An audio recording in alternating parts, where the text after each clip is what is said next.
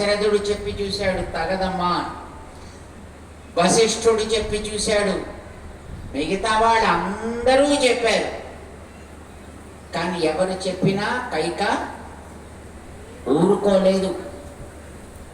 రాముడు వెళ్ళాల్సిందే అడవికి అని పట్టుపట్టింది.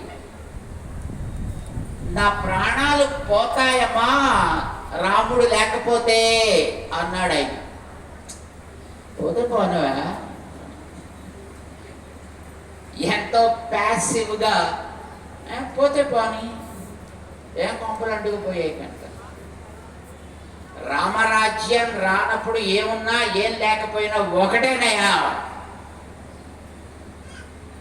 అందుచేత మనకి రాముడు అడవికి వెళ్ళాల్సిందే అని పంపింది.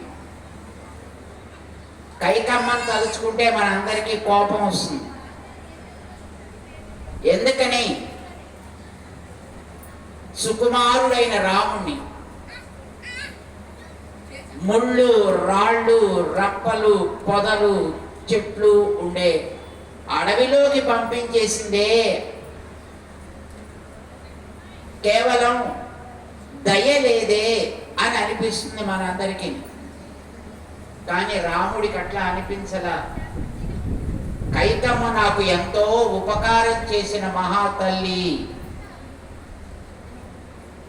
ఏందయ్యా ఆవిడ చేసింది అని అడిగారు. అంటే రాజ్యంలో కూర్చుంటే నాకు ఒక గుహుడు లాంటి ఒక ట్రైబల్ ఆదివాసీ మిత్రుడు దొరికేవాడా? రాజ్యంలో ఉంటే గుహుడు దొరికేవాడు కాడు. అడవికి వచ్చాను కనుక నాకు గుహుడు దొరికాడు.